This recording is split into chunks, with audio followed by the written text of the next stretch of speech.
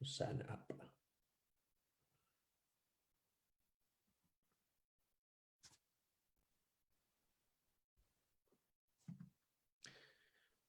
Hey, good evening, everyone. Welcome back to Mindset Explosion. I think I'm on episode 34. And this evening, I've been joined by the lovely Katie Stibbs. Sorry, Katie.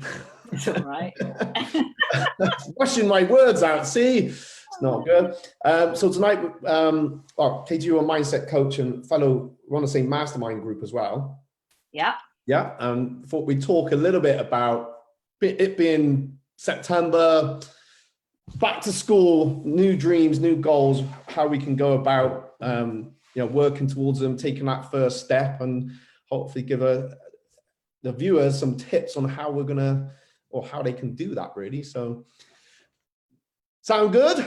It sounds brilliant. And you know what, September, like you said earlier, when we were discussing this, it's, September is always a good start for us adults, because it's when the kids go back and we can reset and just think of new beginnings and how we can change things up a bit. Exactly. So, it's a really good opportunity, especially with everything that's happened over the last 6 months. It's been a bit of a whirlwind mashup of kind of nothingness, but very, very stressful at the same time. So I think a lot of people will be very excited to start afresh in some ways, but have a lot of reservations and a lot of uncertainty around themselves. So, if we can just set ourselves up and look after ourselves going forward, then I just think that is a brilliant, brilliant start. And I just always say to my clients and my students, tomorrow is always another day. And to myself, I just think, no matter how badly we mess up or how bad our day is, and sometimes we can all have blooming terrible days, tomorrow is always another day to start afresh. And I just think what a brilliant concept that is, that we can always start again. That's, little things or even big things, losing jobs, losing someone that we love, relationships splitting up. Tomorrow is always another day. Or as my favorite saying goes, this too shall pass. Oh, yes, definitely. It's so true, though, isn't it? Because tomorrow you'll always feel differently about everything, really. Yeah, so nothing ever stays the same. And that's good and bad. Happiness comes and goes, and so does sadness. Yeah. So I just think when we're really, really low, just to remember that it always shifts. It could be the next day, the next month, the next year, but you can just hold on to the fact that it always will change. Yeah. Then that is just something to grasp a hold of when things aren't going great, Yeah, definitely. Before I forget, if you're watching this on a replay, can you hashtag replay for me? I'm trying to keep a track of who's watching replay. I did say that to you, didn't I, before we went live? Yeah. There we go. Still learning. So now I was going to bring up about how our minds can change and shift. So you see how mine's all over the place sometimes. Oh, so I guess with lockdown has happened. I don't know about yourself. Like people I've spoke to, and some have lost jobs, and some maybe took a step back and looked at what they were doing in their life and various different things. Maybe it was a chance for a lot of people to reinvent themselves.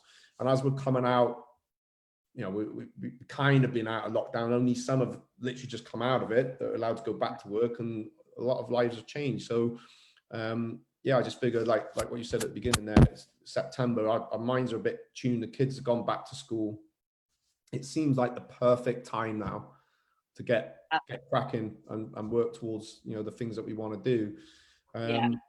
So have you got, with your coaching, what have you got some good tips on what to do about that?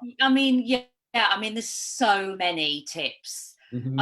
I just think right now, the biggest one is to just take turtle steps, is what I say. Tiny little steps, incremental steps forward. I think our instincts a lot of the time are to rush forward with loads of plans, I'm going to lose weight, I'm going to get fit, I'm going to get my perfect job. And we just, me included, crikey, that's what I tend to do. So I just have to break it down into turtle steps. Now, I think your well-being physically and mentally are so important, and just the little things. So setting up your environment at home for a win-win situation. And that could be as simple as, if you've got kids, getting up a little bit earlier. I mean, I've just been diagnosed, or about to be diagnosed formally, with ADD, with attention deficit disorder, which is an awful title, but some of the most brilliant brains in the world have that, and it's an actual superpower in many ways. But I have to do things in a way that helps me. So, things like making the packed lunches before I go to bed, getting the uniforms out, knowing where my keys are. I get up before my children, and I was never a morning person, but this is 6 or 6:30. And I do my morning pages where I get all of my stuff out of my head onto paper. Could be lists, could be dreams, anything like that. Just, it's a literal brain dump. For me, that clears my mind and sets me, on a good footing. And then I do drop into wordlessness, whatever you want to call it, meditation. I either sit in silence, or I do a Deepak Chopra meditation, or whatever it is. And I know this is banded about everywhere, but I have ADD, and if I can do it, anybody can do it. And this has been my greatest tip and asset for me. And I know so many of my students, my clients also, it literally gives you the pause, the space to think. And it's a very subtle shift, but if you practice it and it just becomes a practice, it just gives you a tiny little bit of space before you explode. It gives you the pause, you don't explode. It just gives you that time to think clearly, and it just makes you realize that you're supported by the universe. And I don't want to get too woo, but it's there for you, and it just becomes, well, for me, it has become my absolute go-to. So it's little tiny habits that you can set up to just make your day a little bit easier. And I think when you start your morning well, some people wouldn't agree with me, they're night owls, but I think if you start your morning well, then the rest of the day follows in that vein. I don't know, what about you, Matt? What do you do?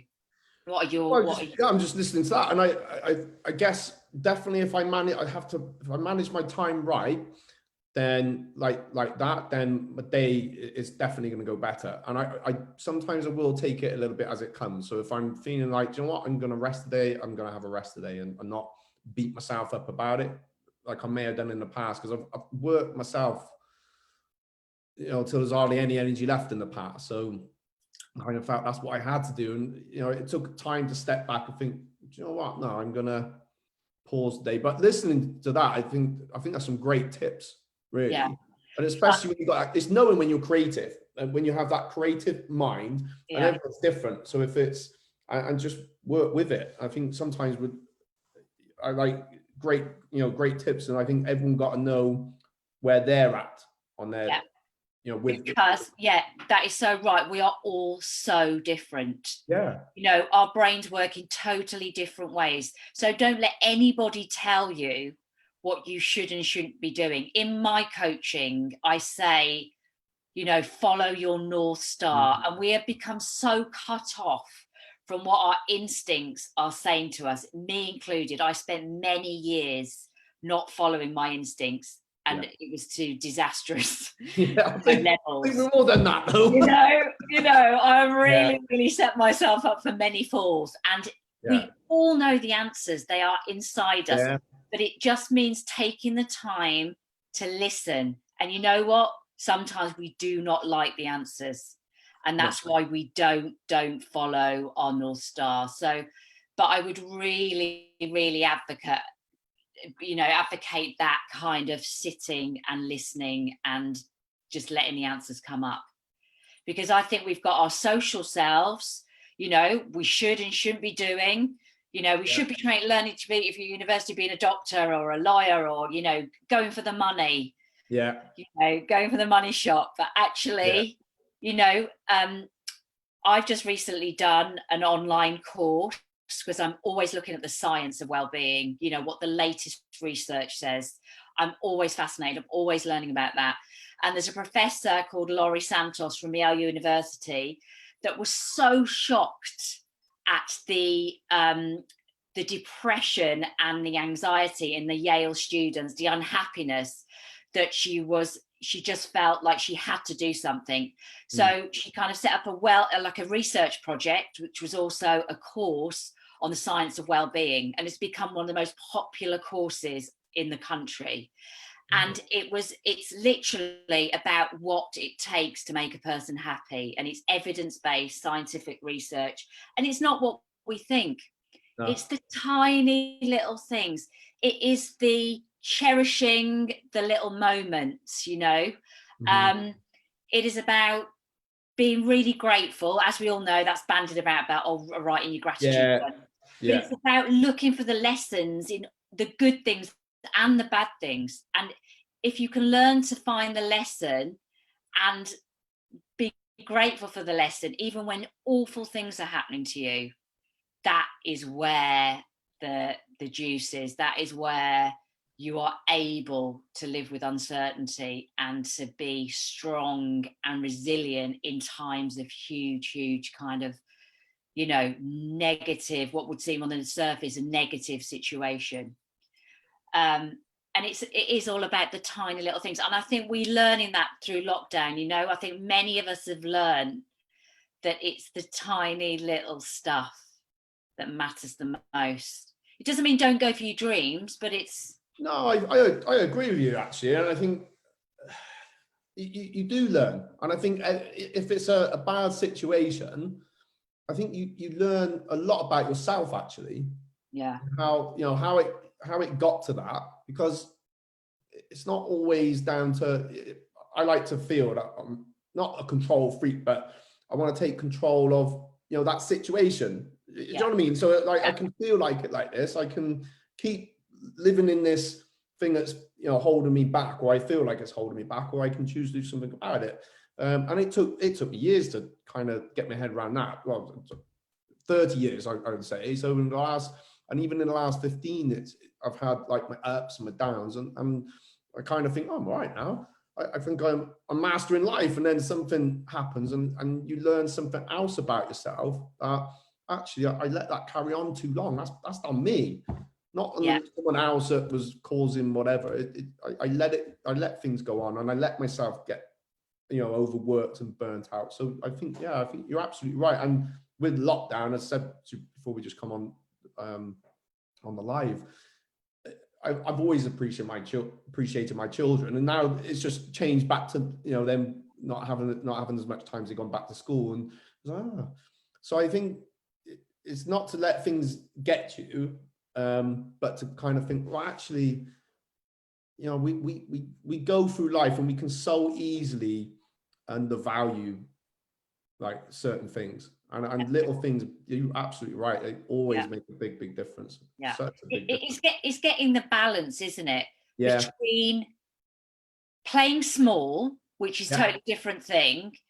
Playing small is not the same as like appreciating all the little things. Yeah. So some of us, you know, a lot of the time can just, through our condition, our parents, or the things that we've been told, just kind of, you know, resort to playing really small, to not reaching their potential. You know, all of us are included in that. You know, and I just think how exciting to know that there are the skills that we don't know that we can do yet. There's experiences that we're going to have that we haven't even contemplated.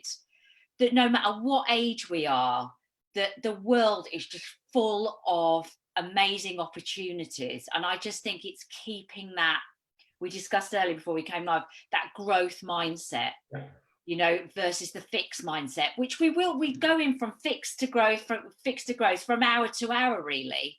That's a good point, actually. You know, we never just, I'm just a growth mindset. You know, that just doesn't happen. We're humans, and we can be really confident one hour thinking, we've totally got this, and then next hour, like, oh god, I'm rubbish, you know. That's just who we are. Yeah.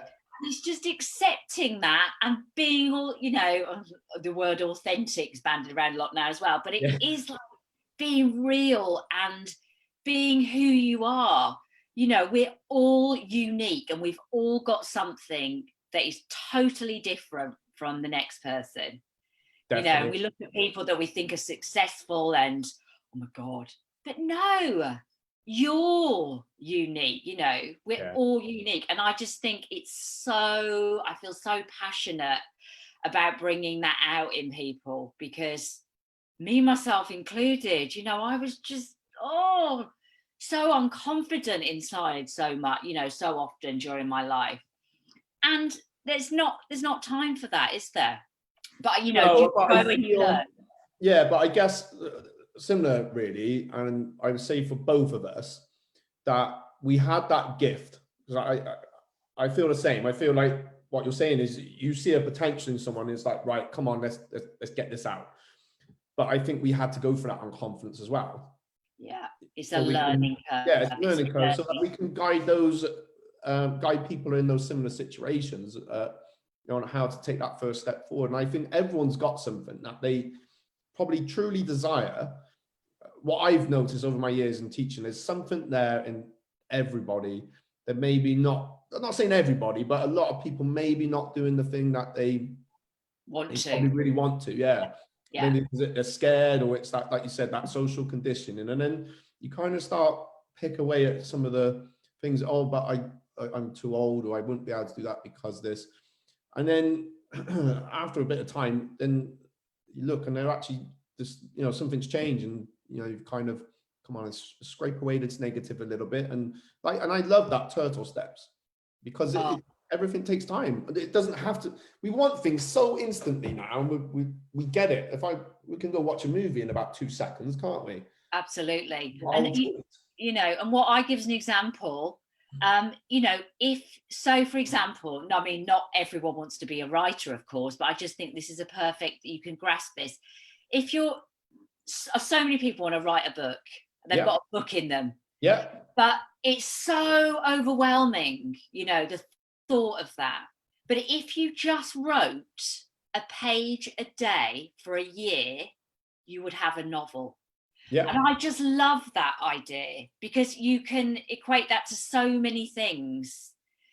Just do a little bit every day of something, and you can get to where you're going. And I have to do this because I'm a all or nothing kind of person, but it's consistency. ADD, not very good at that. So it's learning to be consistent. And we can all learn to just break it down into those little doable steps. So I've got a client at the moment, her step is to do, for example, 15 minutes of exercise a day, no matter what it is, don't care, star jumps in the garden, put a little thing on YouTube, disco dance in her kitchen with her children, 15 minutes. We can all do it, can't we? Yeah. But we just don't. But another thing is accountability. Everybody needs coaching. I need a coach. Yes. I need somebody to be accountable for too. And we all need, and that's what I do with my students. I set them up with accountability partners. They agree to their goals, what they're going to do over the next week. They check in, they reflect, they do it. And also, if you're accountable to someone else, you're much more likely to not want to let them down, than yourself. Totally agree. I guess that's why we're doing we should shout out Gary Das for the social media mastermind, but we talk about loads of different things, but it's on that sense. So we're coaches.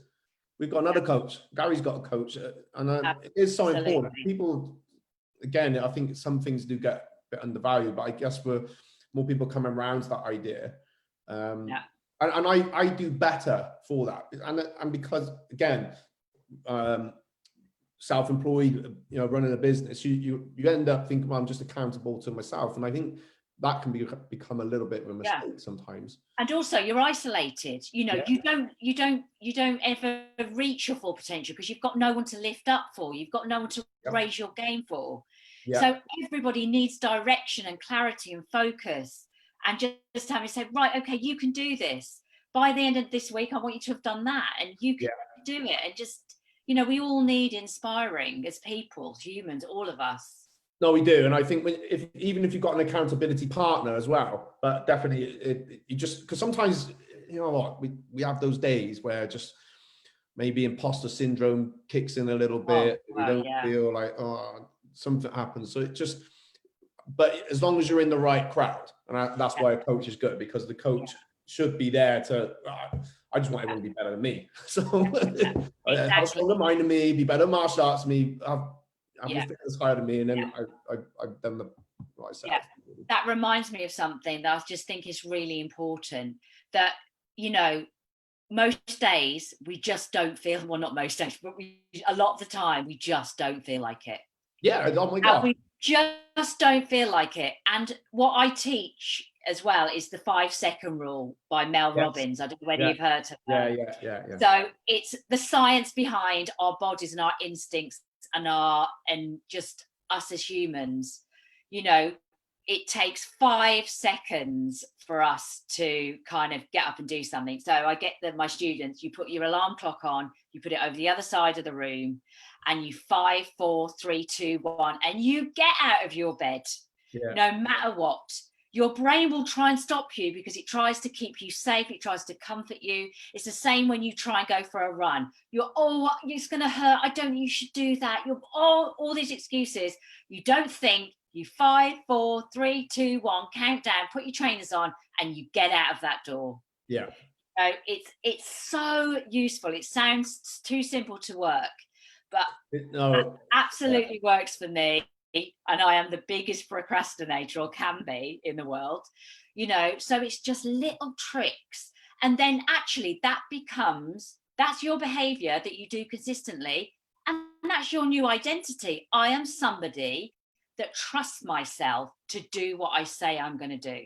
Yes. Because it's the trust in yourself over time that just diminishes. We have let ourselves down so many times, and we just do not trust ourselves. So it's starting, that's like a habit, September habit. You could just use that 5, 4, 3, 2, 1, just to get you out of your bed 10 minutes earlier, get downstairs, do some breathing, clarify, and then make yourself a lovely cup of tea and savor your cup of tea.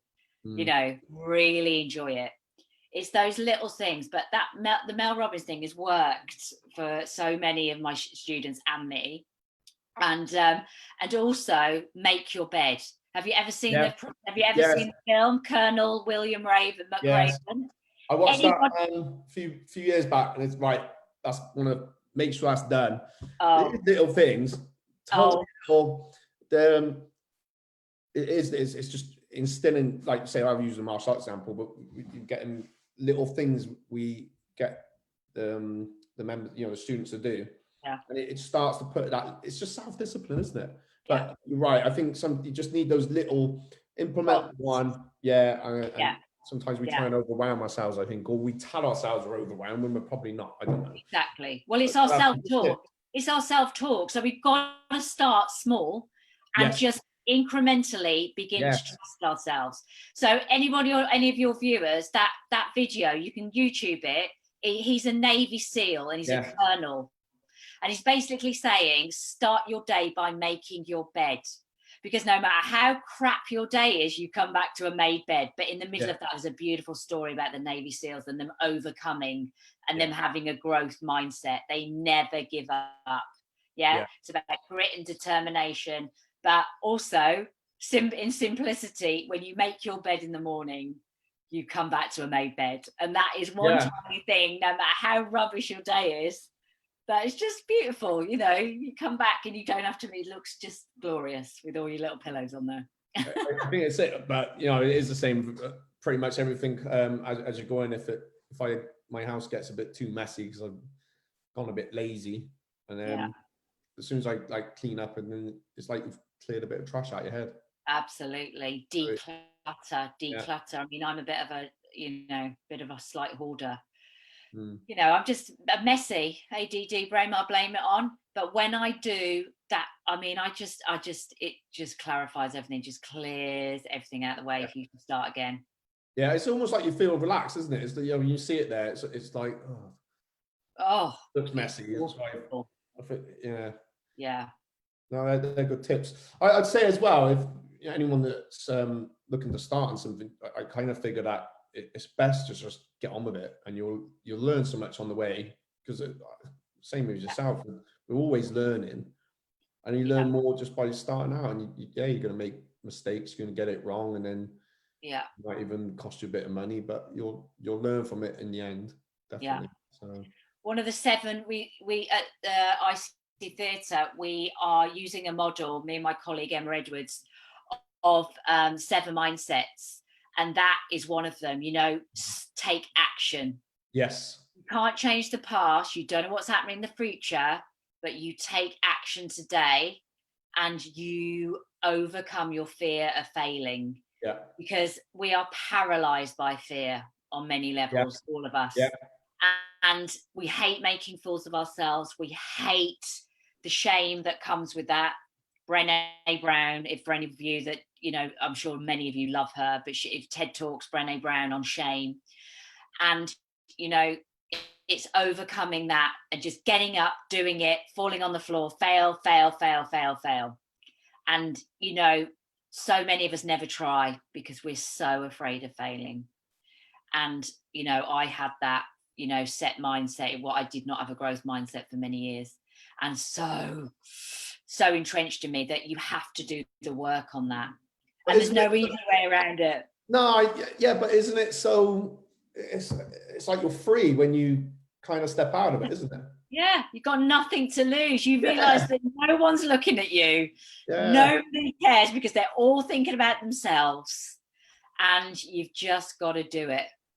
You're going to attract people anyway. So someone said to me before, like, we attract and repel people all the time. So you know, if it's something new, you're going to attract what you need into it, and you repel what you don't need anyway. So exactly, you're going to want someone around them that's like calling you names, so stupid. You're not going to want it. So, exactly.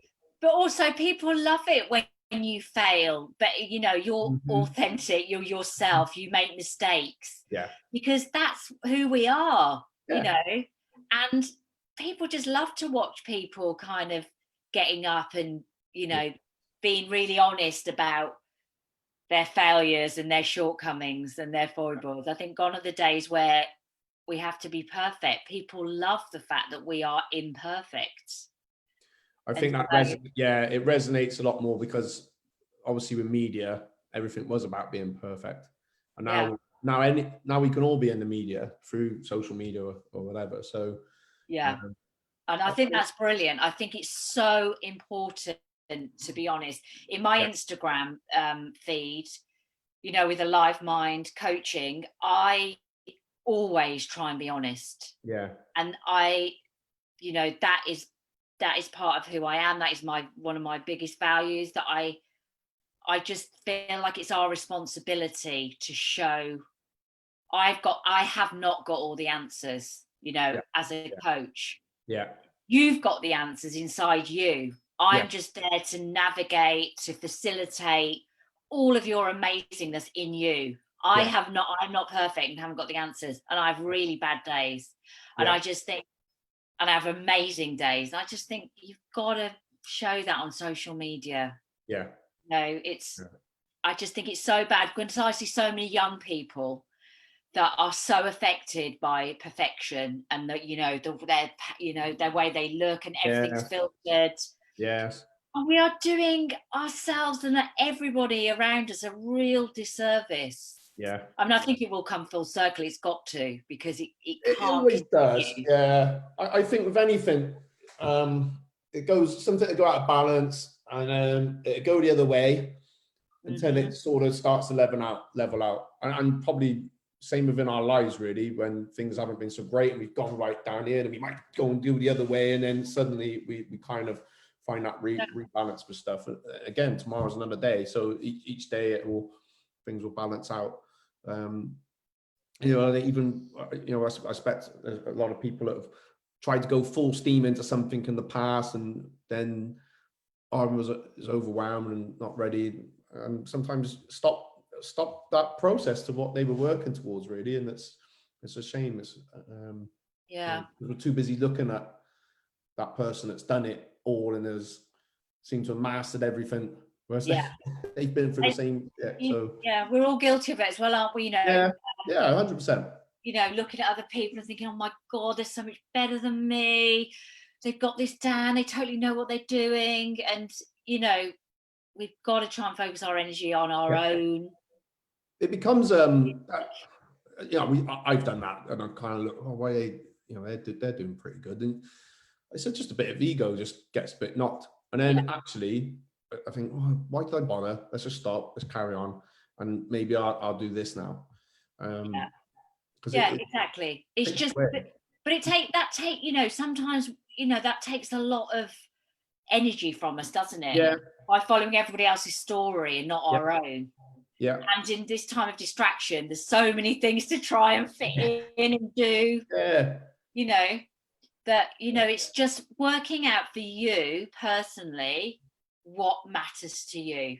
What other things? What do you yearn for? Is what I always say. And I do, I do like I'm a trained hypnotherapist, but I do like a visualization, like a 5-year, where you let go of everything. And I just kind of go into like a situation where are you waking up? What's your wardrobe like? What's your bathroom like? And, what do you yearn for? Mm-hmm. And it's very different from what do you want? Because we often come up superficially with a bigger house, bigger car. But actually, when you go for that heart word, what do you yearn for? It brings up really what is important. So is that kind of like looking into the feelings that we want, feelings and emotions from, it could be from a house, but it's the feeling of, maybe working. Feelings, yes. And what actually underneath, because obviously when we want houses and cars, which is totally understandable, it's not them that we want. It's the feeling that's created when we get that car. Yes. And that's why those things are so transitory and they don't last, necessarily. Those feelings, they don't last. They may last a few months and then we're on to the next thing. So it's getting to what we really yearn for. And, it's generally purpose, the things that give us purpose and meaning, and the things that drive us in life, making a difference, or being an artist, or being a brilliant mum, or whatever it is. It's very different often if we dig deep from the things that we think we want, is the point. And it's getting back on track to that, on that path, and kind of clearing the debris out of the way and getting back on that. No, I like that. Yeah, it is. It's the garden, isn't it? In here. Exactly. So exactly. And I suppose not going out into my garden now. So, but you visualize how you want that, right? But visualization is definitely so powerful anyway. Oh, absolutely. And it's such a gorgeous thing to do. Mm-hmm. For anybody out there that's listening, if you want to Google like visualizations, anything's obviously accessible to you on YouTube, but put in 5-year, meditation or visualization, and just go through the process of what actually do you want. And I know it's morbid, but I always get my clients to think about their deathbeds or their end of life, and how do they want to be remembered, and what would they have want to experienced. No, I think that's not a bad thing, to be honest. We used to do something similar. I used to call it the Dickens approach. So, with the... yes, I do that. Right? So we think about the past, where we are, and then giving out the 2 futures. So if we stay where I am now, it's going to be like this. How do you feel about it? And if I make this change, I go to the future, how are you going to feel about that? So I think that was so powerful. That is so powerful. People Google that as well, the Dickens technique. It is brilliant. It's the opposite of what most people do. It's a Tony Robbins technique that Tim Ferriss has done on has put onto a TED talk or a YouTube or whatever. But it's absolutely so powerful. It brings clarity and focus straight away. And then it's just having the courage to take the first step to actually what you want to happen and achieve. It is, but actually, where you're, because you mentioned about a podcast, but I think if you're like, it could be 10 minutes. Like for me, I'll try when I'm walking down to the studio, I'll put my audiobook on, or it's audiobook that I might be listening to, or even a podcast, and just have that time. I think it was actually on one of the masterminds the other week. I don't know if you're on there, Katie, but one of the guys there does hypnotherapy. But he said, even if you're not listening, even if your mind goes, just let it crack on, because something will go in. Yeah. And it's like you're then, because especially if you want to start something new, you may not be able to get around the people that can encourage you to do that. But a positive podcast, or obviously a coach, you got that then. It's almost like that person's going to be with you. I used to live in Tony Robbins all the time. We used to do leaflets. Oh, me too. Oh my gosh. And I'd come back. Yeah. Because it's literally your mindset. So the people that, these people that we admire, and they're just like us. Yeah. They've just broken down all of their conditioning. So by the way, I'm so passionate about this. We are conditioned within an inch of us, but we do not realize it. Mm-hmm. So all of our little thought clouds and our stories that then create emotions that then create our behavior, most of them are absolute rubbish. But unless we're aware of it, and we can change it. I agree with that. And I think I've said it in some of the classes that, because I used to think I'm never influenced by people, and if my friends wanted to go and smoke, then I wouldn't be interested. If they want to go somewhere, I'd go and do my own thing. But so I used to always think, I know I don't get influenced, but it's so not true, because I can see in life where I have been influenced on other things. It was just happening. You can be sat in a bloody cafe and someone's on the next table talking about how miserable they are. That's still going into you. Yeah. That energy is. Yeah, exactly. So I think, I couldn't do that. I don't think we realize it's all around us. So unless you're conditioning it, again, if you have it too much this way, it becomes around you all the time. I think, I remember points in my life when I just thought, I was just so unhappy. And it was literally, I was allowing myself to stay in that environment. Yeah. And you do, because you get stuck. And we get stuck, and we need help to get ourselves out. I was in the same position for 2 years, just entrenched. My 30s, it wasn't even that, 16 years ago, whatever. But I just became so stuck. And then so my neural pathways were just stuck. It would trigger, I would get stuck, the groove would get deeper, and you need help when that happens. And we're much more able to talk about that stuff now and get the help that we need. But it is conditioning our neural pathways that can be totally changed, by the way, which I just think is so brilliant. We can change. Our brains are totally malleable.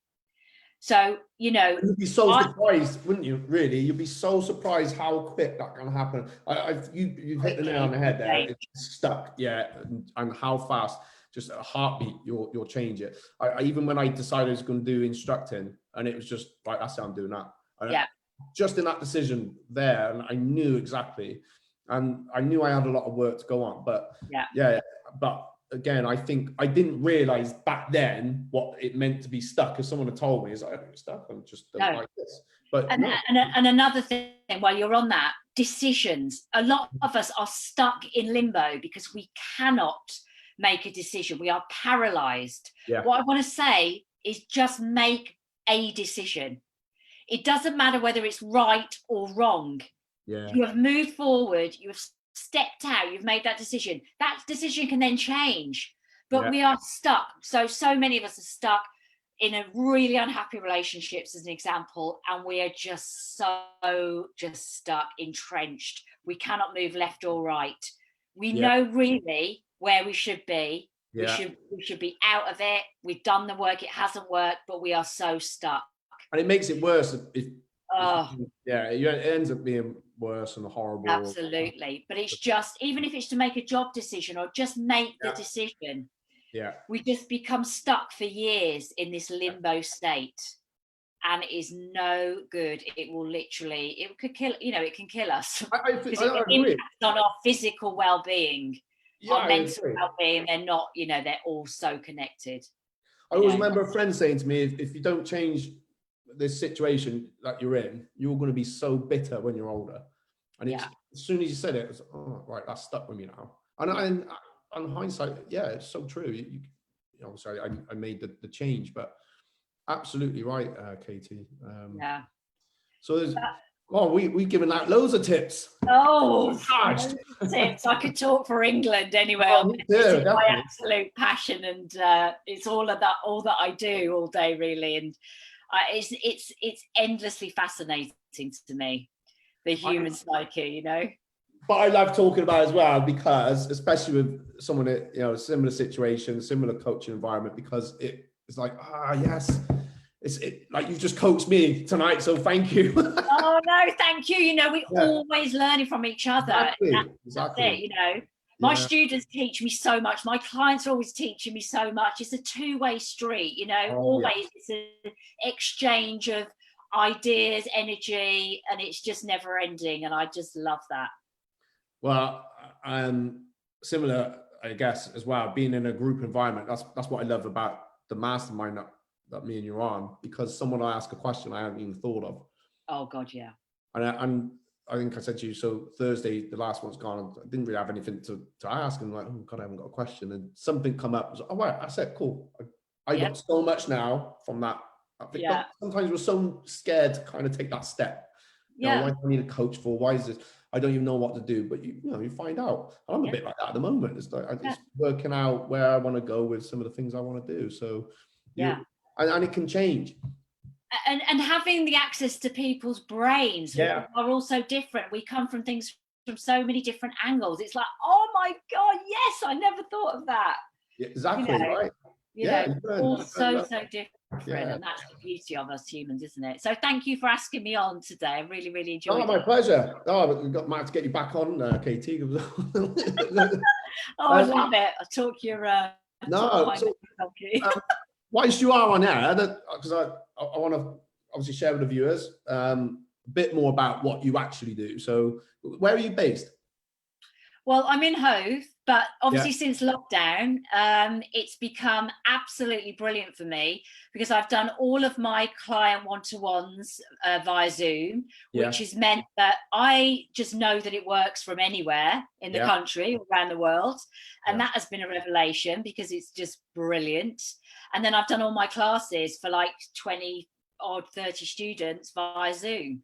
So it's changed my world in a really good way, actually, because it's made it easier, accessible, easier for clients, students, and me. So I'd say this is a growth mindset, though. This is how, because I think going back a few years when this happened, I was like, oh, what am I going to do? Oh, but straight away, probably the same as you, it's like, right, I knew day one, I said, we're ready, we're going live, we're doing this, doing that. Oh no, we got to change it. So the first week or so, it was like, no, we've got to do this. But you just you trained your brain for it. So are you doing mindset coaching and so I do one-to-one mindset coaching. I'm about to offer my offering out to businesses, because I think with the disconnection and the isolation that a lot of businesses are going to feel with their their workforce split everywhere, I just think the science of well-being and implementing that into work life is going to be so imperative and important.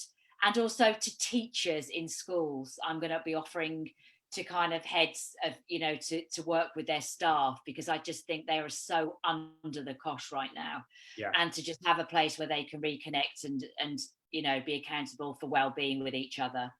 I feel quite passionate about.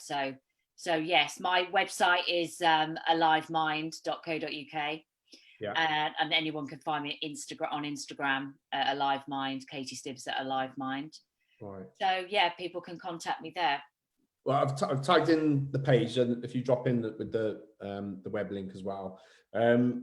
And then with the theatre, because theatre studies, that's separate. That's separate. So I work at IC Theatre, which is a degree course for performing arts. And we've kind of implemented that from day one as so important to kind of have mental resilience training. So we're calling it brain training, the science of well-being, yes.